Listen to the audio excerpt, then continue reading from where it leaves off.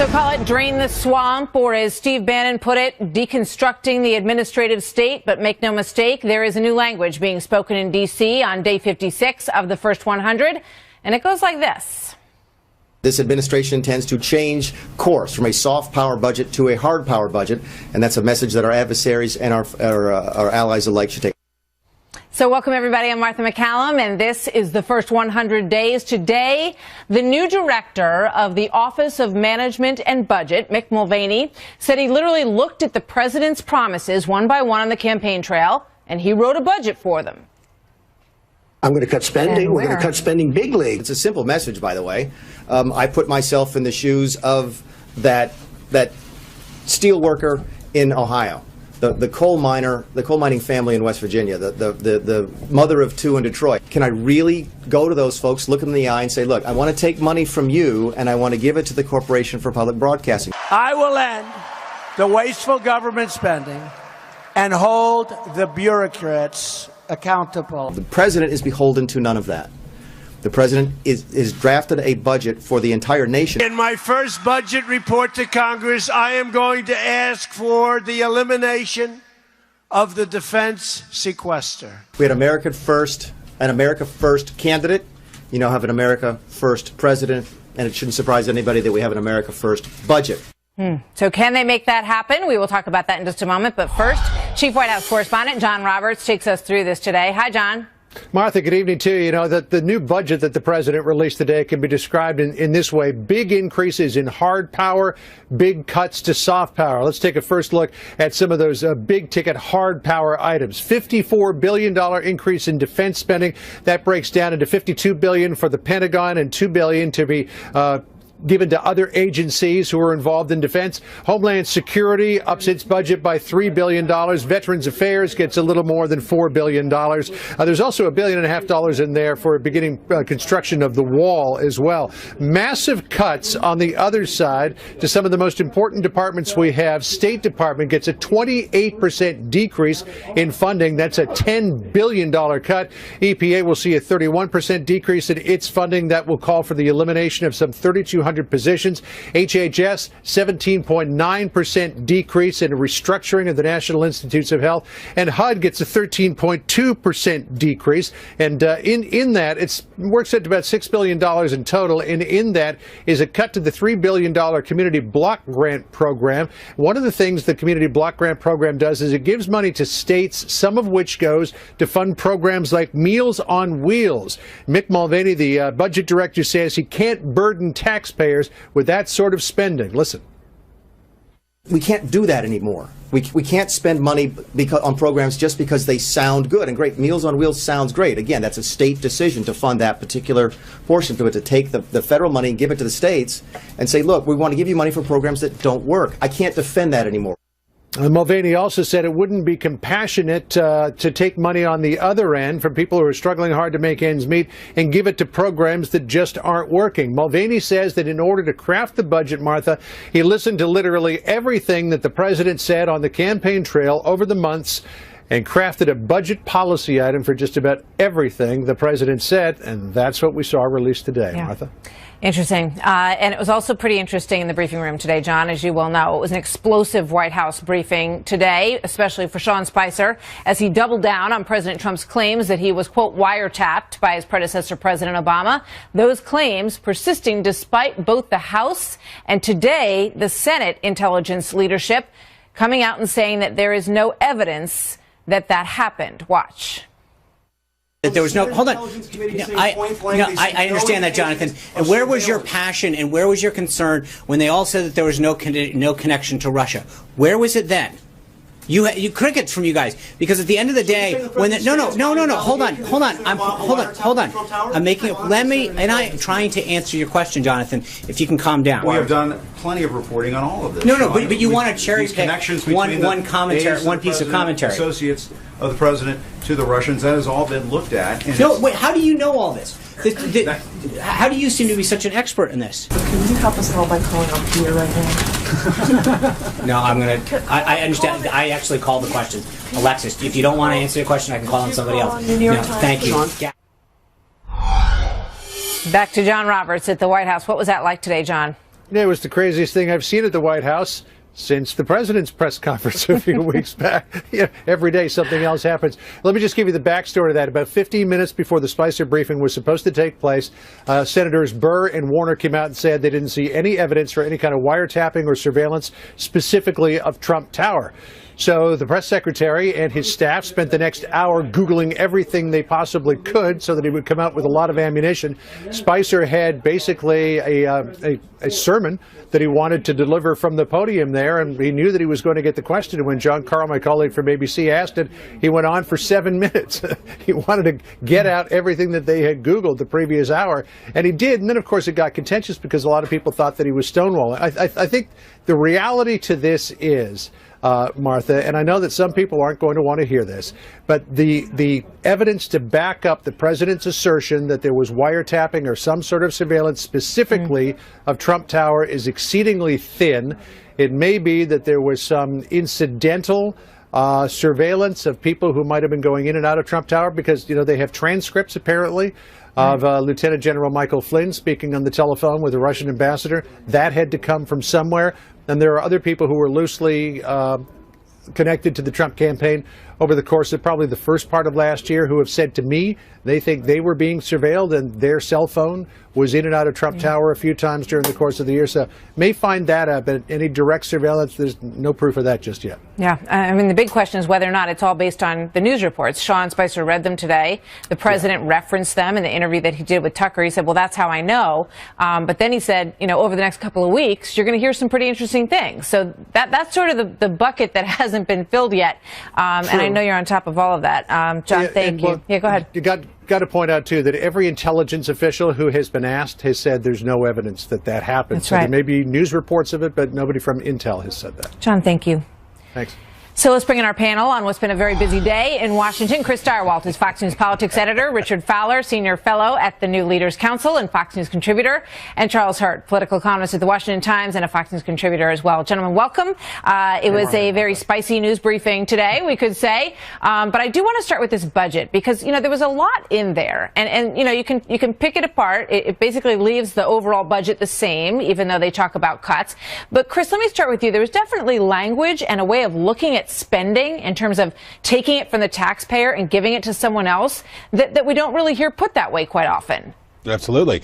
If conservatives were lukewarm or even upset about Trump Care and the health insurance plan and all that jazz, this is something that will make them stand up and cheer. Mm-hmm. This is the most conservative, conceptually conservative. I think you've nailed it. It's not about the dollars. It's about the concept of what the scope and role and appropriate place for the federal government is in American life. Yeah. This is the most, by those standards, the most conservative budget ever put forward by a chief executive. Yeah, I mean, we're talking about slashing programs 30%. And Richard, the argument that was made was, well, you know what? We don't have the money for all this stuff, folks.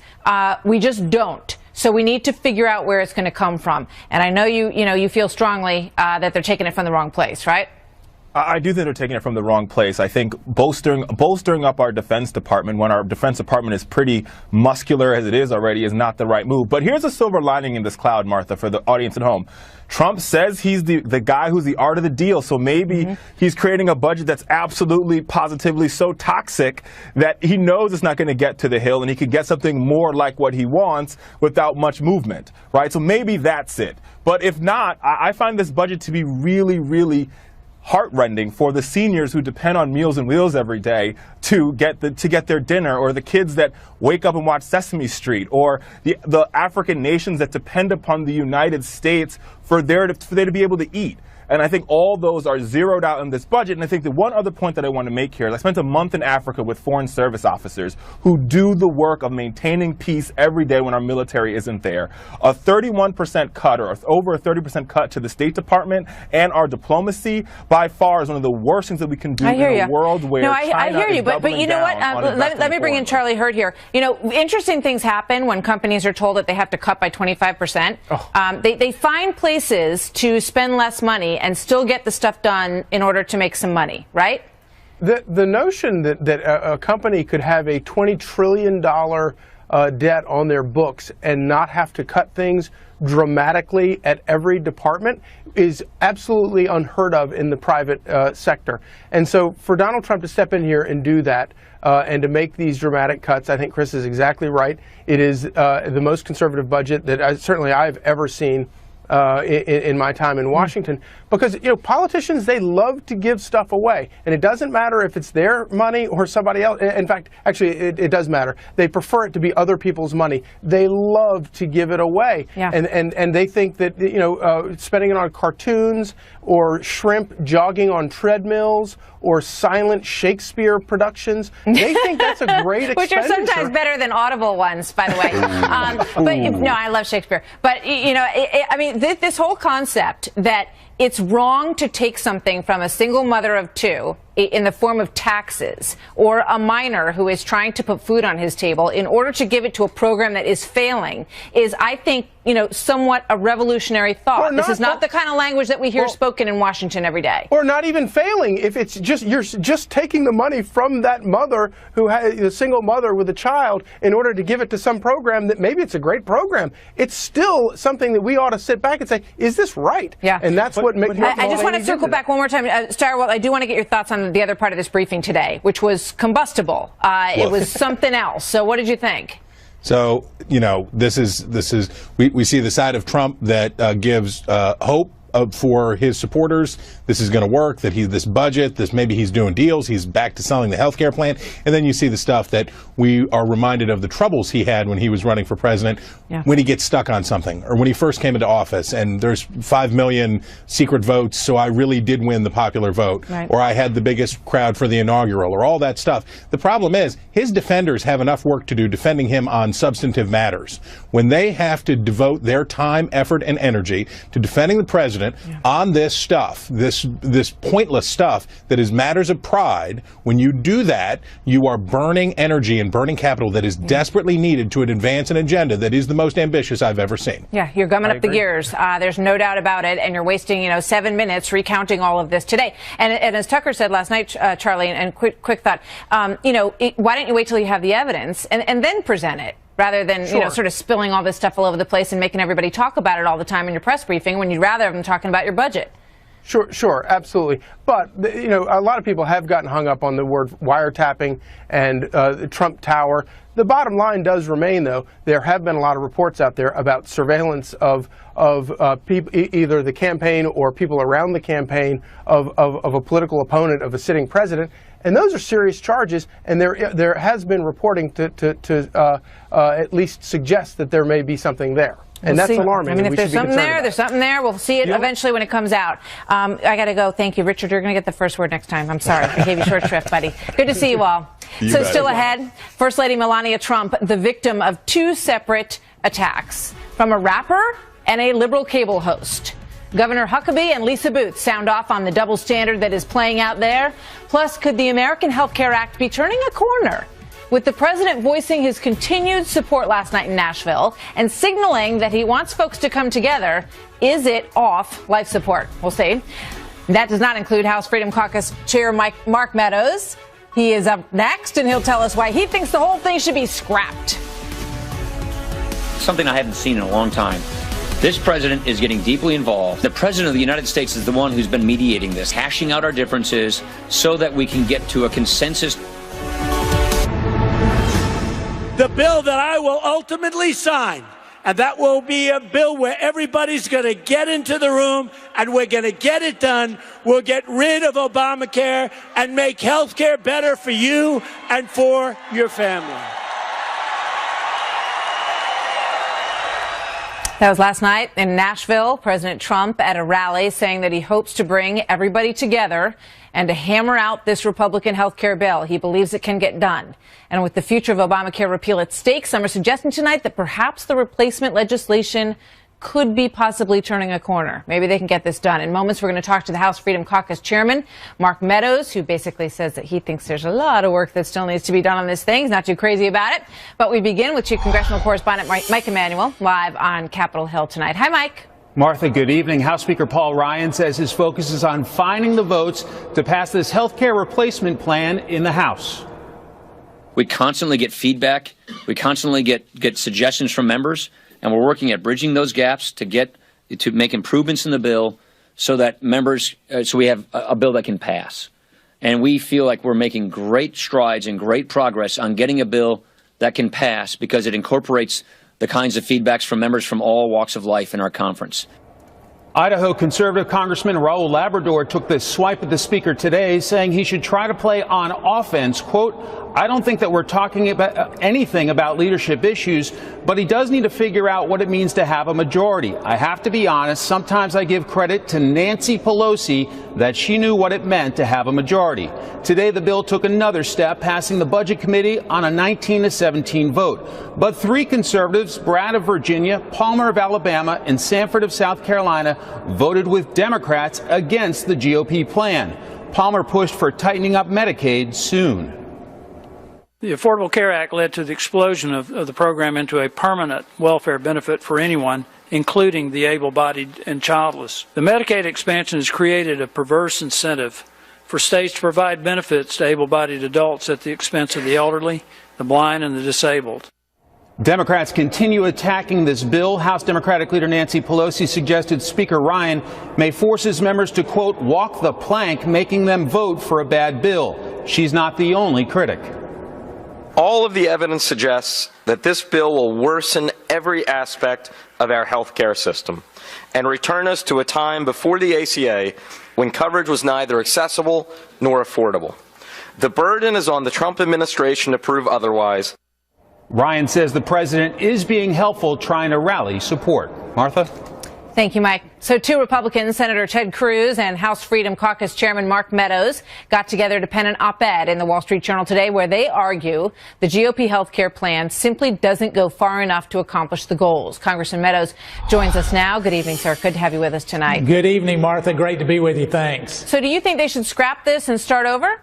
You know, obviously there are some things that have really been thought out with the Speaker in putting forth this. We're not there yet, and I can tell you I made a promise to the President to negotiate in good faith and really make some substantial changes. But, Martha, the real barometer for all of this is that we've got to lower premiums. And if we don't do that, but doesn't then we this have bill lower failed. Premiums by 10% over time? You know, if you look at an average 10% over time, but if you look at that, that's really calculating an increase or a decrease in terms of the younger population. And so older Americans, those that are 40 and above, actually will see an increase over a 10-year period. And so it's, according to the CBO, our seniors really have to be careful with this. And so we've got to adjust that to make sure that not only those that are getting protected with this, but those that are not actually get the protection. So there are some specifics out there that conservatives are pushing for. For instance,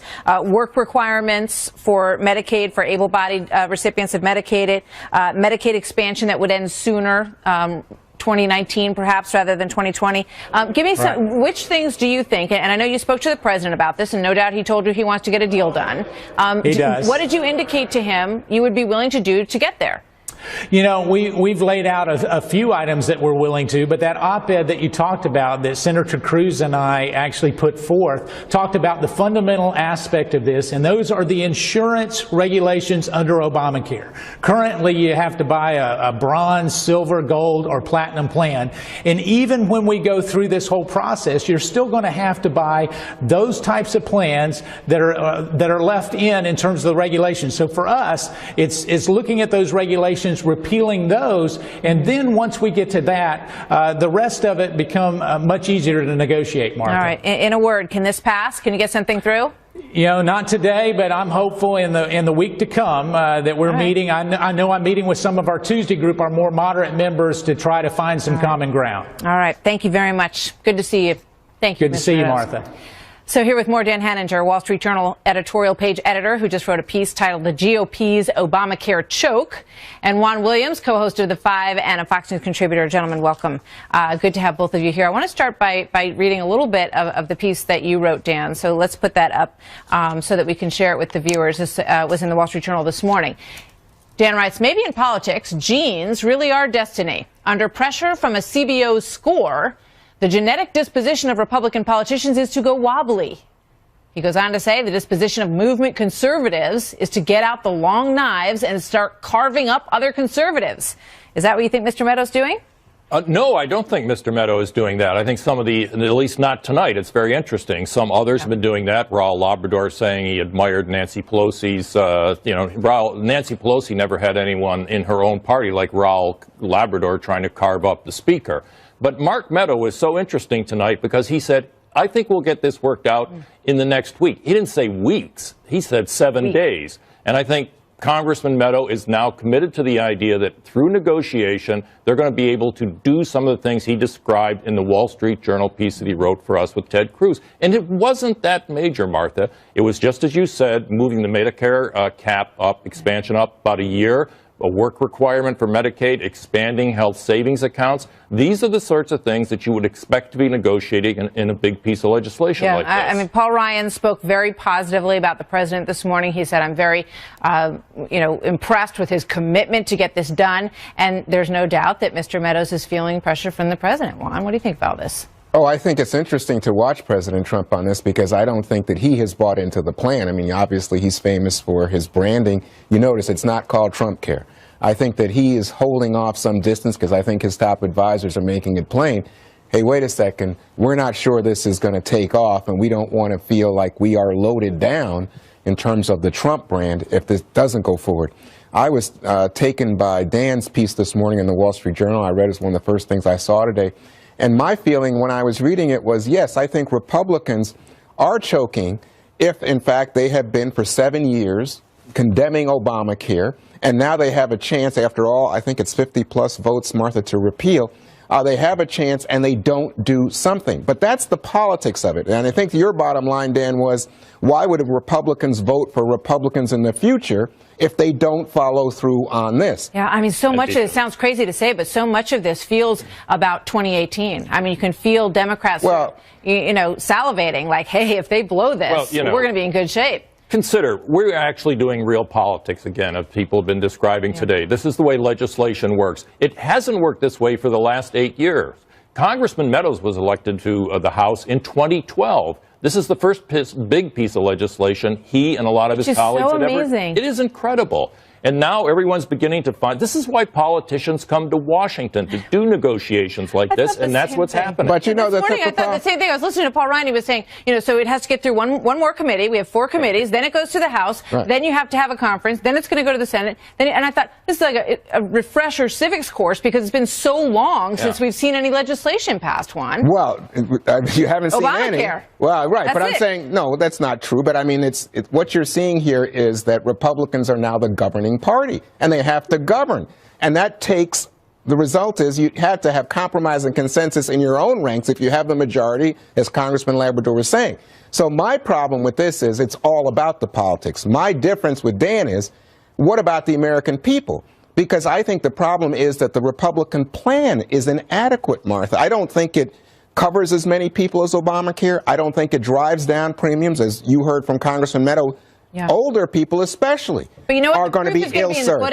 If people are unsatisfied, if their health care costs more in the next few years than it cost before, we've heard, but the Fox News poll turns out to be the truth, that people are paying more and their coverage is less. Believe me, Republicans are not going to get reelected. So. Well, that's right. I mean, I think the Fox News poll today had like 54% disapprove. All right, gentlemen, thank you. Pleasure to have both of you here tonight.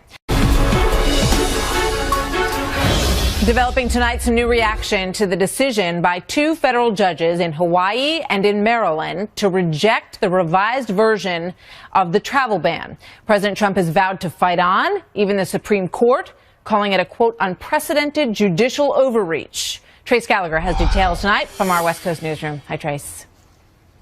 Hey, Martha, the only difference in these 2 federal rulings is the judge in Maryland, Theodore Chuang, only halted the travel ban from the 6 majority Muslim countries. He left the refugee travel ban intact.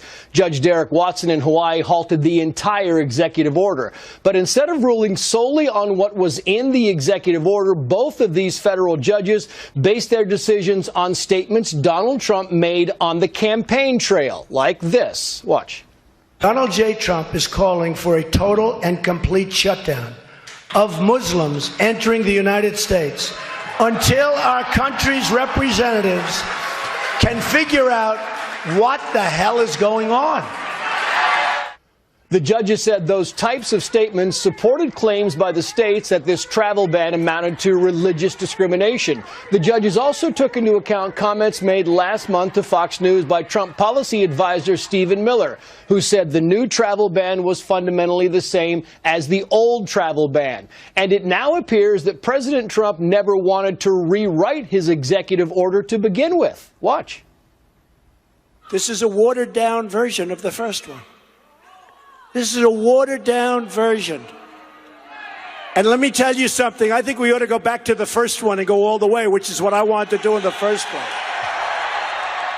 But going all the way to the Supreme Court might now include a few more stops, including back to the Ninth Circuit Court of Appeals, which has ruled against the administration once, and the Fourth Circuit Court, which covers Maryland. The DOJ says, quoting, the president's executive order falls squarely within his lawful authority in seeking to protect our nation's security, and the department will continue to defend this executive order in the courts. But while the DOJ wants the courts to focus on the president's authority, so far the courts have focused on whether the president's order is discriminatory.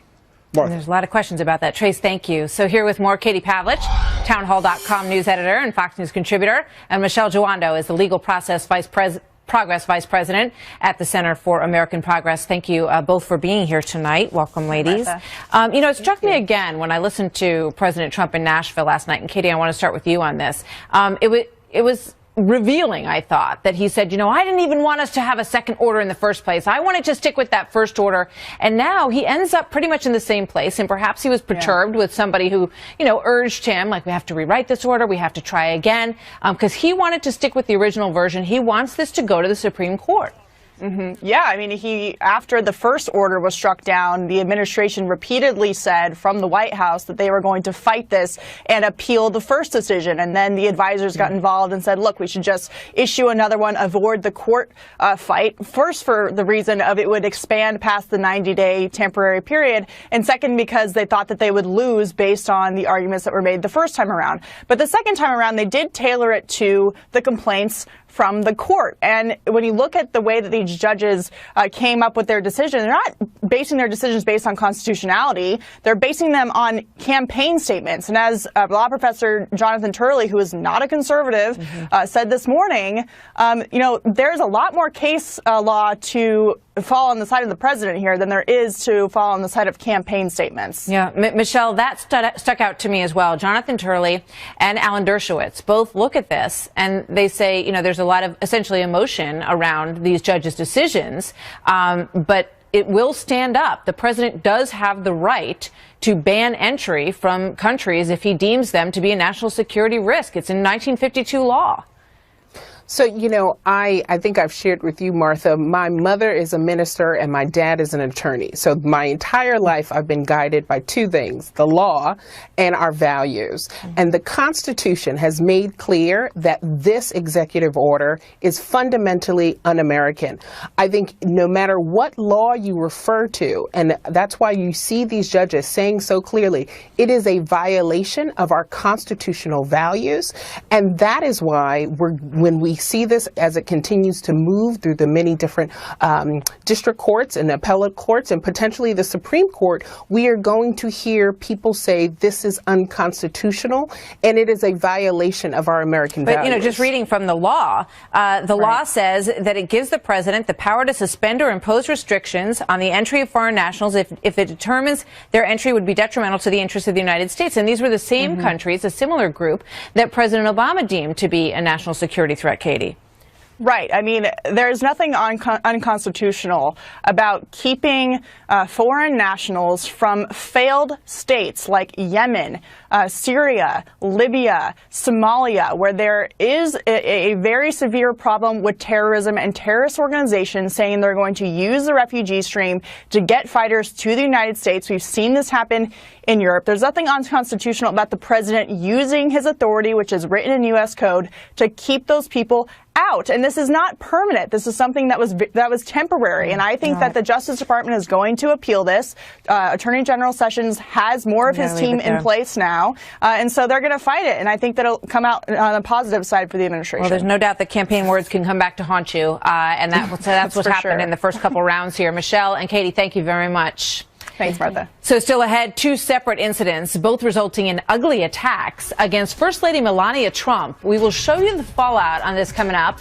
Plus, after some in the media gave President Trump's speech some poor remarks last night, we'll show you what they had to say, and then we'll look at the dials with Lee Carter when we come back. So last night, President Trump gave a big speech in Nashville, and it was received differently from different aspects of the audience. Many in the media panned the president's remarks last night. Here's a sampling of that. It was a campaign rally, the kind of which we saw over and over again last year for Donald Trump. The only difference tonight was that reality has hit his politics, his pledges, his rhetoric. Donald Trump also said tonight that the Republican health care bill is not a finished product. In other words, Donald Trump now is committed to absolutely nothing in his own health care bill. I mean, he is quickly turning into President Dog Ate My Homework. The buck stops somewhere over there. So that's what they thought. So we asked the pollster Lee Carter to commission a focus group and see how actual viewers and watchers and voters out there felt about it. Watch the reaction of Republicans shown on the red line, the independents on the yellow line, Democrats on the blue line, and watch how they move in response while the president talks. Take a look. I want to get to taxes. I want to cut the hell out of taxes. But before I can do that, I would have loved to have put it first, I'll be honest. There is one more very important thing that we have to do. And we are going to repeal and replace horrible, disastrous Obamacare. Pollster and communications strategist Lee Carter conducted the focus group, and she joins us now. It's fascinating to watch the dials move. It is. Word to word, phrase to phrase. What did you see in that? So what you can see there, Republicans have not missed a beat. They are with Donald Trump the whole way. We're seeing independents soften just a little bit, not a lot, a little bit. I think they're waiting to see some action here. Democrats across the board have come. They've never supported Donald Trump. They're not coming around. And you can see that he's not even trying to get them around with these kinds of messages. But I think the important thing to watch is the independents softening some. All right, let's take a look at the next one, which is on the travel ban, which we were just speaking about. Let's see how people reacted to that. This ruling makes us look weak, which, by the way, we no longer are, believe me. Just look at our borders. We're going to fight this terrible ruling. We're going to take our case as far as it needs to go, including all the way up to the Supreme Court. We're going to win.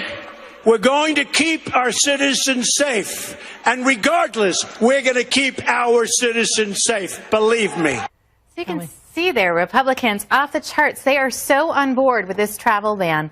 On the other hand, Democrats are so on the other side, because when you talk about it, what Republicans and independents too, you could see they were responding very favorably to this. They're saying this is about national security. Let's put America first.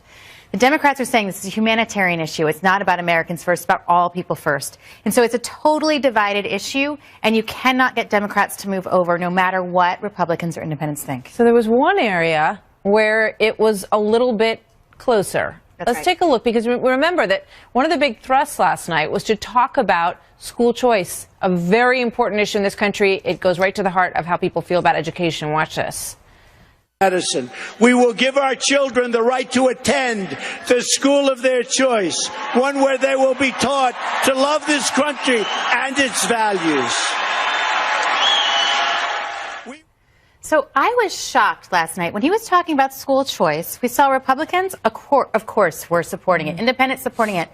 Democrats across the board last night said this is an issue that they were optimistic about. This is something that historically and all throughout the election, people have said Donald Trump doesn't know what he's doing about education. They did not support the education secretary, and yet here they are saying that choice is a good thing in education. Also, I think it's important to remember during his speech to the joint session when he said education is a civil rights issue of his time. This is something that's bringing people together. Absolutely. I think we see it here. And Betsy DeVos is big on school choice, and even some Democrats seem to be on board with that. Very interesting. Lee, thank you so much. Anytime. So still ahead tonight, First Lady Melania Trump lands in the center of two ugly attacks, one of which claims the only reason her citizenship status went through was her husband's squeaky clean tax return from '05. The other one was so outrageous that we are hesitant to mention it, honestly. But we will touch on it briefly in a tasteful manner with these two great folks, Mike Huckabee and Lisa Booth, coming up next.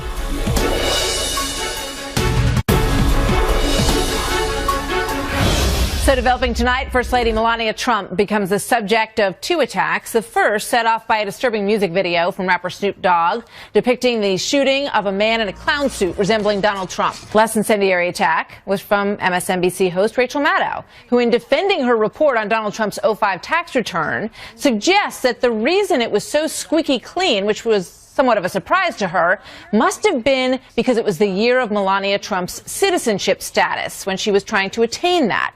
Joined now by Mike Huckabee, former Arkansas governor and Fox News contributor, and Lisa Booth, president of High Noon Strategies. Welcome to both of you. Good Hi, evening. Martha. It's usually sort of understood. You don't go after first ladies. You don't go after families. This has been happening on a fairly regular basis to most members of the family for the Trumps. Governor Huckabee, what's your take? Well, it's been historical that we don't let people just go off on the families because they're not on the ballot. They didn't ask for this. And Melania Trump is a beautiful, classy lady, and the attacks on her are they're obscene. And some of them, frankly, I think are felonies. When you start specifically talking about violent acts and misogynist kind of activities toward a person of a prominent position, I mean, it's just disgusting. And this guy, Bow Wow, what a bad dog. Take away all the bones. Make him, go underground. I mean, what a goober. For him to go out and think somehow he's important and he even has a right to say it. It's just disgusting. Yeah, I mean, it's reflective of the crude, crass world that we live in. That this guy has, I looked him up on Twitter, he has 3 million followers. So that's how many people saw that repulsive and disrespectful and every other adjective you can think of thing that he put out there. I wonder how he would feel if that was said about a member of his family, Lisa. Well, absolutely, Martha, but there is a clear it's not just a reflection of what society looks like now, it's also a reflection of the double standard that exists. If you remember back in 2014, there was a Republican staffer who wrote on her own Facebook page something critical about President Obama's daughters, mainly just surrounding the way they were dressed. She was hounded by news reporters. She had to resign. She was made into an international news story. There were TV stations outside of her house. But what have we seen done to the Trumps? We've had the comment from Bow Wow. We had Snoop Dogg literally shooting the president in a music video. We had Madonna thinking about blowing up the White House. We had that SNL writer writing something horrible about Barron Trump, who's only 10 years old. But yet these comments are completely excused because it's about President Trump as opposed to President Obama. I just want to talk a little bit about the '05 tax return, which Rachel Maddow has had to sort of do a dance with because it didn't turn out exactly the way that she anticipated it would. She says 2005 is the year that Mr. Trump married his lovely wife, Melania. This was their first jointly filed tax return as a married couple. And then she noted that at the time, Mrs. Trump was not a U.S. citizen, but a green card holder. And she goes on to say that maybe, that was a very important piece of evidence in that whole process. That's a lot of reading into that tax return, Governor Huckabee. The great philosopher Ron White says you can't fix stupid. And that's just stupid. To think that Donald Trump paid $38 million just so his wife could get citizenship. Donald Trump isn't that stupid, but the guy, Rachel Maddow, is for saying it. Look, if Donald Trump wanted to spend some money just to grease the pathway, he could have probably done the old-fashioned way and just made a few political contributions, and that would have taken care of it. You don't pay $38 million. That's the dumbest thing I've ever heard. Good grief, that's off the rails. Just about 15 seconds, but Lisa, weigh in before we go. Well, I think she is trying desperately to excuse the embarrassment that happened last night. All we found out is President Trump's very rich, and he's paying more than the average person making the money that he makes. We got to go. Thanks, you guys. Good to have you here. Thanks, Martha. We'll be right back. Thanks. So we leave you on this St. Patrick's Day Eve with this today from the president. It is the quote of the night. Watch. Always remember to forget the friends that proved untrue. But never forget to remember those that have stuck by you. We know that, politically speaking. A lot of us know that. We know it. Can't make it up, right? So we had to do St. Patrick's Day today because tomorrow is apparently Germany Day at the White House because Angela Merkel is coming to town. Have a good night tonight, everybody. Thanks for being with us. Bill O'Reilly is up next. We'll see you back here tomorrow night at 7 o'clock for the first 100 days. Have a great night.